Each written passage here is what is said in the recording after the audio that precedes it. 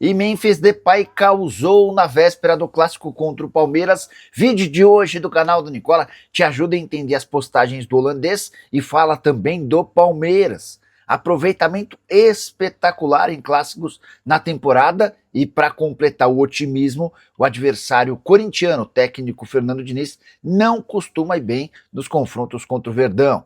Já o São Paulo se despediu de vez da briga pelo título do Campeonato Brasileiro depois de outra atuação ruim no Campeonato Nacional. Falo sobre renovação para lá de importante no Flamengo. Botafogo perto de quebrar como SAF. O que ficou resolvido na reunião entre Cruzeiro e representante de Wallace, jogador que está afastado.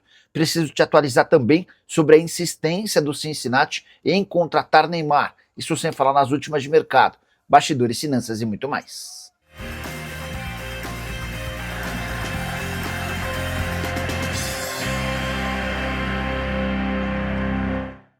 Fala aí pessoal, sou Jorge Nicola, bem-vindos a mais um vídeo do canal. Sempre bom ter vocês por aqui, sem perder tempo, pedir para deixar like, se inscrever no canal e ativar as notificações. Bora de notícias, antes de brincar com o palpitão do Nicola. No sábado, como em quase todos os outros dias, nossa sugestão bateu. Para esse domingo preciso da vitória do Benfica contra o Nacional, Campeonato Português, da vitória do Galatasaray contra o Kayserispor, Campeonato Turco, e da vitória ou do empate do Slavia Praga contra o Vitória Pilsen no Campeonato Tcheco. Se essa combinação meio óbvia acontecer, a gente pega uma odd de 1,73 e a melhor notícia vem agora, clicando no link que está no comentário fixo, fazendo seu cadastro na mais antiga parceira do canal do Nicola, automaticamente esse bilhete já aparece prontinho para você, beleza?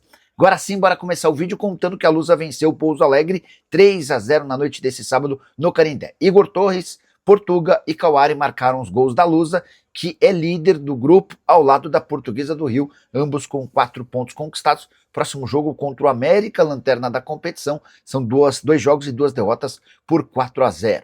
Já o Galo quitou a dívida com o Palestino pela compra de Ivan Roman, zagueiro chileno, que poderia inclusive render um transfer ban para o Atlético em pouco tempo. Preciso destacar que o Vitória vai comprar o lateral esquerdo Ramon, muito bom jogador do Internacional, negócio de pouco mais de 5 milhões de reais. Ramon que marcou o segundo gol do Vitória no triunfo contra o São Paulo na noite desse sábado.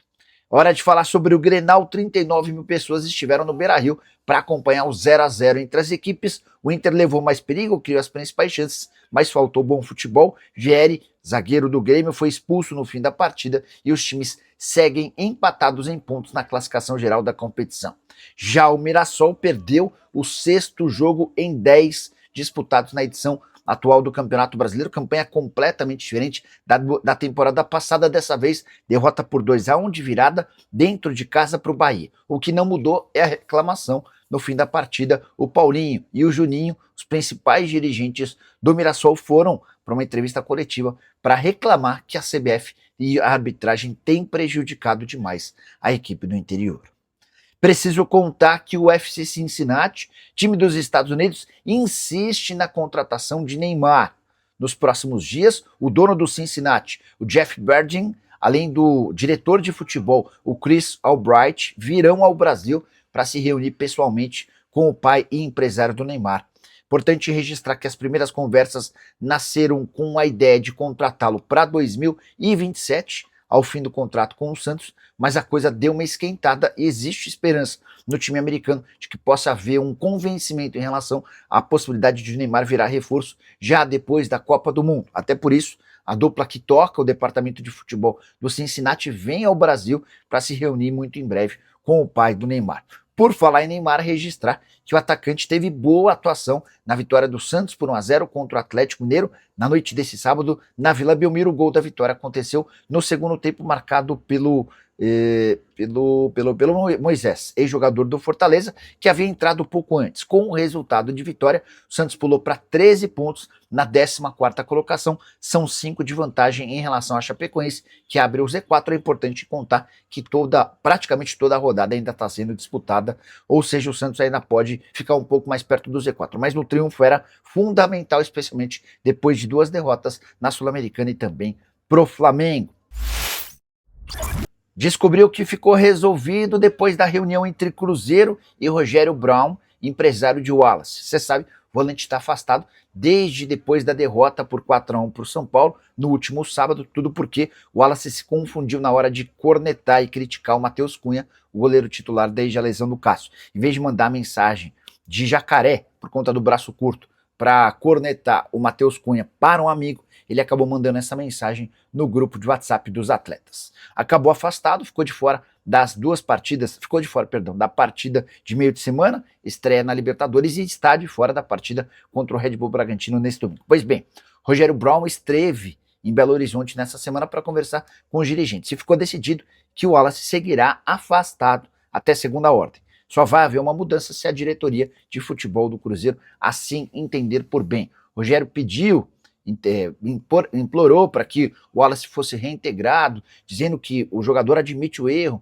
mas não foi de propósito, enfim, aquela coisa toda não funcionou. O que está definido é que o Wallace será vendido. O Cruzeiro deixou bem claro nesse encontro que não tem mais a intenção de contar com o jogador. O grande problema é que o Wallace tem um contrato alto, ele ganha na casa de R$1.200.000 por mês. Contrato até dezembro de 2028, a gente está falando de alguém que tem mais de R$40 milhões a receber daqui até o fim do contrato. Valor parecido àquele investido pelo Cruzeiro quando da sua compra junto à Udinese.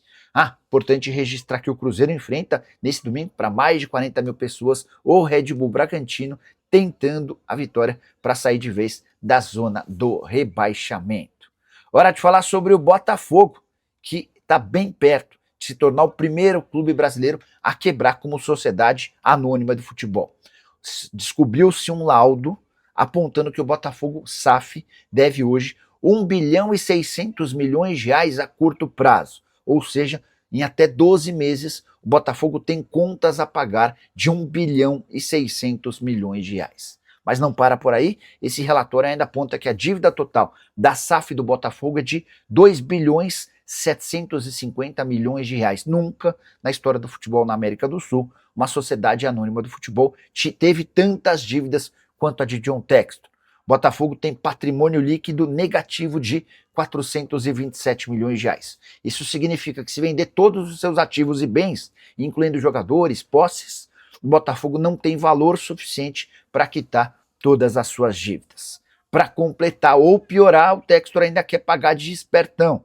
Ele, na última sexta-feira, convocou uma Assembleia Geral para o dia 20, a fim de insistir na ideia de aportar R$125 milhões. Aí você deve estar se perguntando, pô, Nicola, mas se o cara quer aportar, ele quer ajudar. Não, ele está tentando uma medida para aumentar seu percentual de ações na SAF do Botafogo e tentar acabar com um litígio que vem da Europa e que tenta tirá-lo à força da SAF botafoguense. Para mim, a melhor saída para o Botafogo era se livrar o mais rápido possível do empresário norte-americano. Hora de falar sobre renovação importante no Flamengo. Rubro-negro avançou para renovar o vínculo de Bruno Henrique por mais uma temporada. O atual contrato se encerra em dezembro desse ano. E o Bruno havia deixado bem claro que toda a sua prioridade era permanecer no clube. O Bruno chegou a cogitar se aposentar no fim dessa temporada. Ele mudou de ideia e vinha trabalhando nos bastidores para que pudesse ter esse vínculo estendido por mais uma temporada, ainda que precisasse diminuir seus salários. O Flamengo acabou concordando e dá para dizer que já há um acordo verbal. Faltam as formalidades, as burocracias, preenchimento do papel, documento trocado, minutas estudadas pelos departamentos jurídicos, mas tudo se encaminha para que o acordo aconteça e seja anunciado o mais breve possível. Bruno Henrique fez gol importante na estreia do Flamengo contra o Cusco na Libertadores da América no meio de semana. Na atual temporada, 11 jogos, 3 gols e 2 assistências. Ele é muito menos protagonista do que em outros tempos, mas segue tendo sua relevância. Um dos poucos atletas remanescentes daquele time de Jorge Jesus de 2019 foi justamente no ano em que ele chegou. O salário do Bruno Henrique atualmente é de R$1,5 milhão por mês, deve ter uma pequena redução, nada que vá mudar o preço do dólar para ele, tendo a oportunidade de seguir no clube mais forte do futebol brasileiro. Só para completar, tem Fla-Flu nesse domingo. Jogo marcado previamente para sábado, foi adiado para esse domingo, para que o Flamengo tivesse um pouquinho mais de tempo para se recuperar da viagem desde o Peru. E o São Paulo mostrou que não vai brigar pelo título do Campeonato Brasileiro de 2026 na derrota por 2-0 pro Vitória na noite desse sábado em Salvador. Se ainda tinha algum torcedor são paulino sonhando com o título do Campeonato Nacional, ficou bem claro que não há condições. Nem tanto pela pontuação. São Paulo tem 20 pontos, o Palmeiras tem 25. embora o Palmeiras ainda tenha um jogo a menos e possa chegar a 28. Mas pelo fato de o São Paulo ter um bom time titular, mas diante de qualquer dificuldade ou ausência, o São Paulo já muda demais de performance. Hoje, o Tricolor não é uma equipe confiável nem consistente. Dois enormes problemas para quem pensa em conquistar um título em que se disputa 38 rodadas. A atuação do São Paulo contra o Vitória foi ruim, bem distante e diferente daquela vitória convincente contra o Cruzeiro no último sábado. São Paulo até controlou o Vitória em boa parte do primeiro tempo, mas acabou levando o gol do 1-0, o Lucas Ramon foi expulso e ainda levou 2-0. Depois da partida, o Jair Ventura, o técnico do Vitória, chegou a dizer que cabia mais, dando a entender que seu time merecia um placar mais elástico. A situação do São Paulo na disputa pelo título do Campeonato Brasileiro ficou ruim. É que o São Paulo, por enquanto, divide a segunda colocação com o Fluminense, ambos com 20 pontos. Mas o Bahia também chegou a 20 e com um jogo a menos do que o São Paulo. O Flamengo tem 17 e 2 jogos a menos. Isso sem falar na possibilidade de o Palmeiras, vencendo o Corinthians, abrir 8 pontos de distância. Dá para imaginar que o São Paulo precise, na busca por títulos, focar nas Copas, embora não dá para largar o Campeonato Brasileiro. Até porque, se for mal no Campeonato Nacional, dá para cravar que o Roger Machado não terá vida longa. O técnico que vinha de 2 vitórias perdeu e voltou a ser alvo de muitas críticas nas redes sociais. Tá muito claro que é questão de sequência de resultados ruins para que o Roger Machado seja dispensado. A saideira sobre o tricolor, desde que foi contratado, o Roger soma 4 vitórias, 1 empate e 3 derrotas. E o Palmeiras tenta manter 100% de aproveitamento em clássicos na temporada de 2026. Dá para dizer que o ano até aqui é perto da perfeição para o torcedor alviverde. Não perdeu titulares, contratou jogadores importantes, foi campeão paulista, líder disparado do Brasileirão e 100% de aproveitamento nos clássicos. 5 jogos contra os grandes rivais e 5 vitórias, sendo 2 delas fora de casa. Uma contra o Corinthians, adversário dessa noite, na Neoquímica Arena. E a chance de o Palmeiras aumentar esse percentual, ou se manter com um percentual de 100% nos clássicos, aumentando a freguesia em relação aos rivais. Das 5 vitórias que eu citei nessa temporada, 3 contra o São Paulo, uma contra o Corinthians e outra contra o Santos. Abel Ferreira também tem aproveitamento bem legal em clássicos. São 71 jogos contra os grandes rivais desde que foi contratado, com 36 vitórias, 20 empates e só 15 derrotas. Contra o Corinthians, 22 jogos, 9 vitórias, 8 empates e 5 derrotas. Queria destacar também o desempenho de Fernando Diniz, novo técnico do Corinthians, nos confrontos contra o Palmeiras. São 16 jogos, 3 vitórias, 5 empates e 8 derrotas. É óbvio que eu estou citando o desempenho do Diniz desde que se tornou técnico pelos vários clubes que passou diante do Verdão. Para completar sobre o Palmeiras, registrar que Abel Ferreira não vai mesmo para o banco de reservas. O Verdão havia tentado um efeito suspensivo no STJD, que recusou o pedido. Ele precisa cumprir 8 jogos de suspensão depois de 2 expulsões. Já havia cumprido 2 partidas, tem mais 6 jogos para pagar. E o Memphis Depay causou na véspera do clássico contra o Palmeiras. O atacante holandês fez 2 postagens que repercutiram muito mal. A primeira, especialmente. Memphis postou a imagem de um desenho em que ele se coloca muito em dúvida sobre seu futuro. A questão é mais ou menos assim: se ele ficar no emprego, ele será mordido por uma cobra. Se mudar de emprego, será comido por criaturas do mar. Se pedir demissão sem um plano B, pode ser comido pelo leão. Ou seja, uma grande incógnita sobre o que fazer, e ao que parece, todas as opções são ruins. A repercussão foi, como se imaginava, péssima. Talvez só o Memphis imaginasse que não. Especialmente porque ele faz essa postagem de cunho pessoal, colocando a permanência no Corinthians como algo ruim, às vésperas de um jogo super importante contra o Palmeiras, em que ele, mais uma vez, vai ficar de fora. A coisa ficou tão mal para ele que o Memphis se viu obrigado a fazer mais uma postagem apenas escrevendo em português. Separei os principais trechos dessa postagem. Abre aspas: posso lidar com acusações da mídia ou de outros que estão usando esse momento para me cancelar porque tem uma Copa do Mundo chegando. Mas vocês estão totalmente errados. Minha prioridade é o Corinthians, ponto final. O Memphis ainda afirma que tentou participar do clássico contra o Palmeiras. Eu insisti para jogar, mas infelizmente não é possível por causa de alguns erros. Isso é doloroso e frustrante, mas os jogadores não podem falar sobre isso e são os que levam a culpa errado. Fiquei com a impressão aqui de que o Memphis colocou mais uma vez a culpa no departamento médico do Corinthians. Ele avalia que tem sido mal cuidado, que não tem conseguido jogar com frequência e tem sido alvo de lesões por conta de falhas na preparação física, na preparação médica, enfim.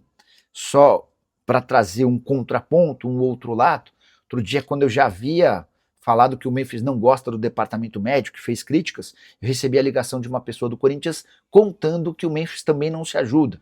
Foram vários os casos em que ele chegou sem condições boas, físicas, para treinos, virado, na noite.